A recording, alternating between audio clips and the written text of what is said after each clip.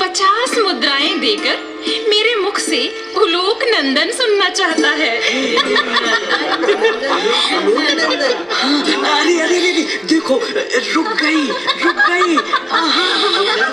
उलोक नंदन। अरे वाह, आपने अपने श्री मुख से मुझे उलोक नंदन कहा। आपकी इच्छा थी सो कह दिया। अरे तो ये लीजिए, 50 स्वर्ण मुद्राएं आपको समर्पित है। नहीं, ये तो आप अपने ही पास रखिए। अरे ये क्या, ये भी रख लिया मैंने और वो भी रख लिया। अरे ये वो क्या है? अरे मैंने अपना नाम उलोक नंदन रख लिया देवी। उलोक नंदन, उलोक नंदन, उलोक नंदन। ऐसा क्यों? अरे आपने अपने केसर पाक अधरों से, शहद जैसी वाणी से मुझे उलोक नंदन का, उलोक नंदन। देवी, जन्म से उलोक नंदन तो सभी होते हैं, पर आपने इस नाचीज को ये उपाधि दे दी, उलोक नंदन।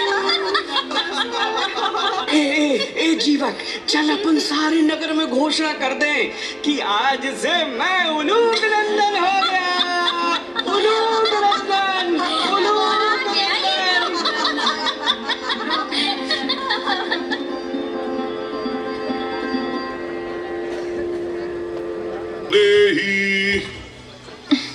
रूप का भिखारी गया और मुद्रा का भिखारी आया। सच में आयु से युवा और स्वस्थ, सक्षम भी हो, फिर भीख मांगते लाज नहीं आती? नहीं देवी, तिरस्कार ही सही, किंतु आपसे कुछ मिला तो। आपको मेरे प्रति जो भ्रम हुआ है उसका निवारण करना आवश्यक है। मेरी इस भिक्षा वृत्ति के पीछे मेरे भगवान का हाथ है। भगवान? ऐसा कौन सा भगवान है जो भिक्षा वृत्ति को बढ़ावा देता है? वो भगवान जिन्होंने प्रकाश की खोज के लिए अपने जीवन के समस्त सुख समृद्धियों का त्याग कर दिया। कपिल वस्तु जिनकी राजधानी है, महाराज शुद्धोदन जिसके पिता हैं, यशोधरा देवी जिनकी पत्नी हैं और राहुल जिनके पुत्र हैं। भिक्षु, कहीं आप महात्मा बुद्ध की तो बात नहीं कर रहे? जी हाँ देवी, मैं उन्हीं भगवान बुद्ध का स्मरण कर रहा हूँ जिनसे मुझे जीवन के 4 सनातन सच्चाइयों का ज्ञान मिला है। कैसी सच्चाइयाँ? प्रथम सनातन सत्य है रूप का नाश, वृद्धावस्था, रोग, मृत्यु। मानव का जीवन इन कड़ी सच्चाइयों से मुक्त नहीं हो सकता देवी। मानव भौतिक प्रसन्नताओं का पीछा करता है और दुख बटोरता है। दूसरा महान सत्य है इन सारे दुखों का कारण। जब हमारे ध्यान में लालसा और केवल पाने की होड़ लगी होती है, तभी सारे दुख हमारे पीछे पड़ जाते हैं देवी। तो इसका निदान क्या है भिक्षु? वो तीसरा सनातन सत्य है देवी। सत्य है इस पीड़ा का अंत, और इस पीड़ा का अंत तब तक नहीं हो सकता जब तक इच्छाओं का अंत नहीं हो जाता। देवी, अंतिम सत्य है उस ओर ले जाने वाला मार्ग, और मैं उसी ज्ञान के मार्ग का प्रचारक हूँ। मुझे उसके लिए अन्न चाहिए, धन चाहिए, स्थान चाहिए। देवी, ये भिक्षाटन तब तक चलता रहेगा जब तक उस लक्ष्य की प्राप्ति नहीं हो जाती। अच्छा, अब मैं चलता हूँ देवी। ठहरिए भिक्षु, ठहरिए। अपनी अभद्रता के लिए मैं वैशाली की जनपद कल्याणी आम्रपाली आपसे क्षमा चाहती हूँ। वैशाली पुत्री, आपका कल्याण हो, आपका कल्याण हो। देवी, ये आपने क्या किया? कुछ भी तो नहीं किया। कभी कुछ कर पाई तो अवश्य करूंगी।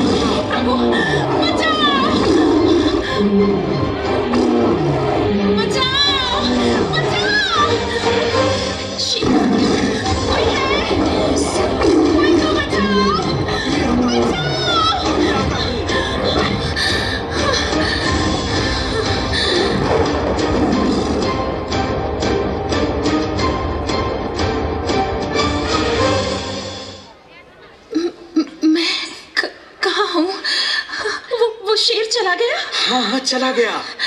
हाँ, आपने मेरी रक्षा की, मेरी जान बचाई। मैं आभारी हूँ आपकी।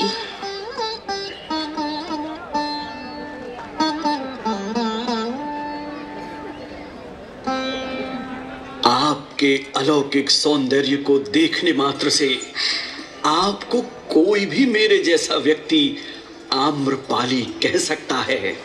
हाँ, सत्य है, मैं आम्रपाली हूँ। जानना चाहूंगी आपका परिचय। मैं शिशुनाथ वंश का 5वां उत्तराधिकारी बिंबसार आपको प्रणाम करता हूँ। अरे, तुम तो वैशाली के शत्रु हो। इससे तो अच्छा होता वो शेर मुझे खा जाता। अरे, अचानक इतनी घृणा? आप ये तो बताइए, मेरा अपराध क्या है? मैं तो सच बोलकर मारा गया। ये तो सच है राजकुमार। अब से पहले ऐसा निर्भय सच बोलने वाला भी कभी नहीं मिला। मुझसे सच बोलते समय आपको भय नहीं लगा? नहीं देवी, बिल्कुल नहीं। भगवान बुद्ध ने कहा था कि सच कष्ट दे सकता है परंतु प्राण नहीं ले सकता है।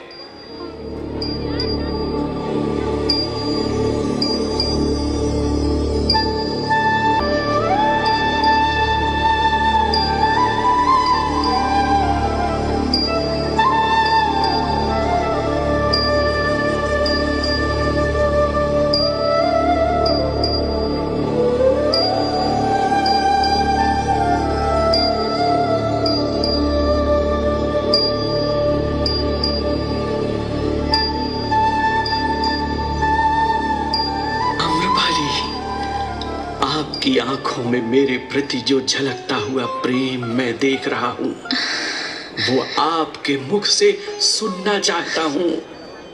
नहीं,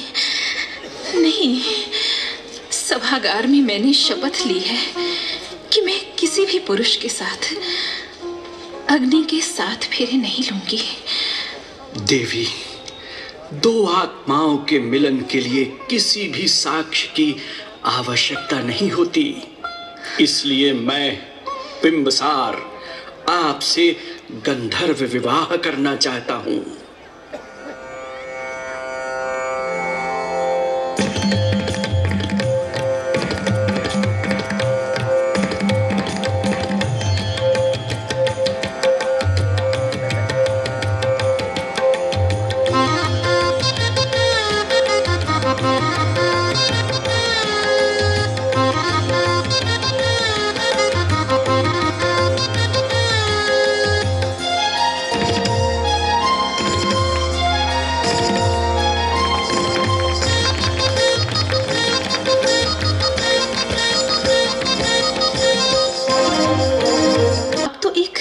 कुशल वीणा वादक भी हैं। अब आपको हमेशा मेरे साथ एक संगीतकार के रूप में वैशाली में ही रहना होगा। मुझे स्वीकार है आम्रपाली। और इस तरह से आम्रपाली और बिंबसार का गंधर्व शत्रुदेश का राजकुमार वैशाली में घुस आया है और आम्रपाली के साथ रह रहा है।